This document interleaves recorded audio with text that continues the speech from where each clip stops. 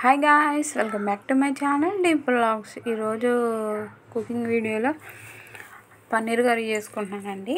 నా కోసమే ప్రిపేర్ చేసుకున్నాను. సో అది వీడియో తీసి పెడదామనేసి నేను వీడియో తీసుకుంటున్నాను. ఇది నేను ఫస్ట్ టైం ప్రిపేర్ చేసుకుంటున్నానండి. అంతకుముందు ఎప్పుడు చేయలేదు. మేము ఎక్కువ రెస్టారెంట్కి వెళ్తే ఫస్ట్ ఆర్డర్ ఇచ్చేది మేము paneer curry and butter naans order ఇస్తాను. నాకు చాలా ఇష్టం, కానీ ఇంట్లో ఎప్పుడు చేసుకోవడం కుదరలేదు. సో ఈరోజు నేను పన్నీర్ కర్రీ చేసుకుంటున్నాను. దానికోసం పన్నీర్ని కట్ చేసుకుంటున్నాను చిన్న చిన్న స్లైసెస్గా.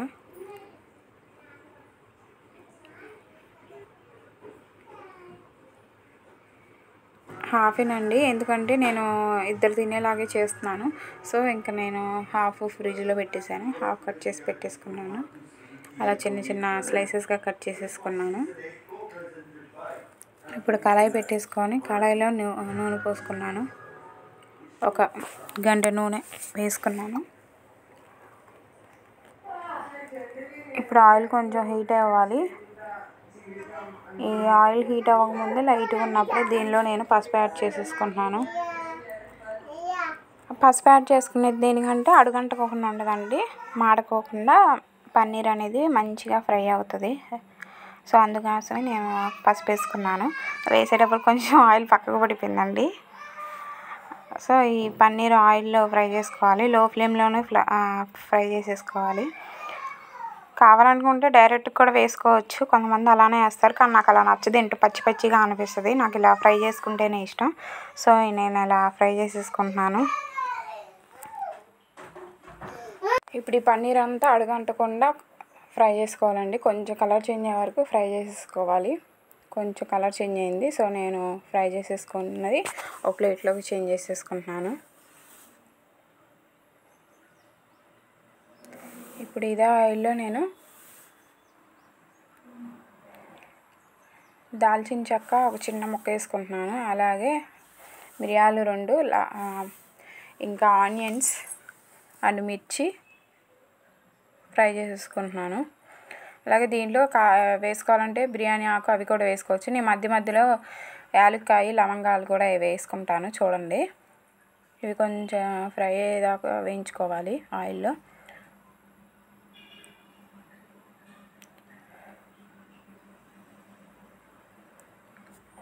ఇవి కొంచెం కలర్ చేంజ్ అయ్యే వరకు ఫ్రై చేసేసుకోవాలంటే నాకు చాలా అంటే చాలా ఇష్టం పన్నీర్ కర్రీ.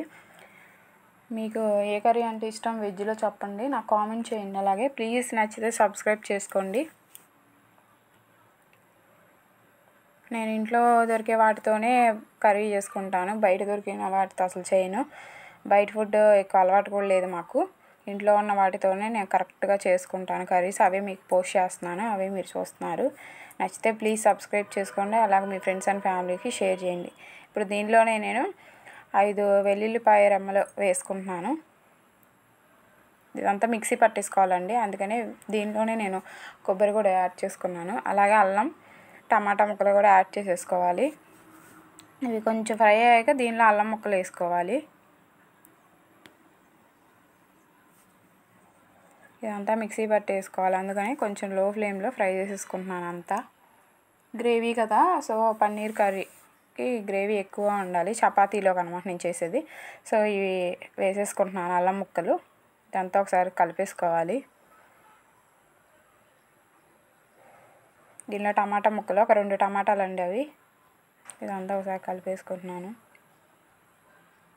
చాలా అంటే చాలా టేస్టీగా వచ్చింది కర్రీ. అసలు చపాతీలోకి అయితే అసలు అంత బాగుందో.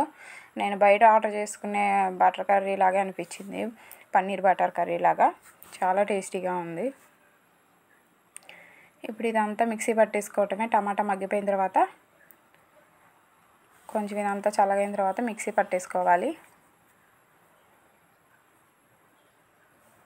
ఇప్పుడు ఇదే కడాయిలో మళ్ళీ నేను కర్రీ చేసుకుంటున్నాను. సో దీన్ని కొంచెం ఒక 1 స్పూన్ ఆయిల్ యాడ్ చేసుకొని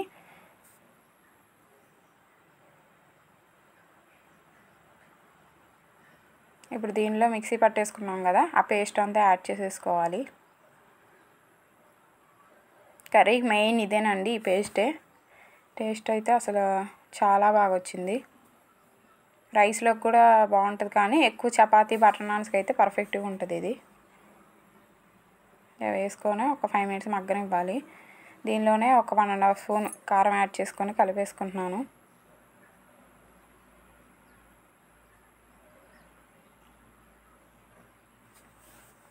సాల్ట్ యాడ్ చేసుకుంటున్నాను. నేను ఇప్పుడే సాల్ట్ వేసుకుంటున్నాను, ఇంతకుముందు వేసుకోలేదు.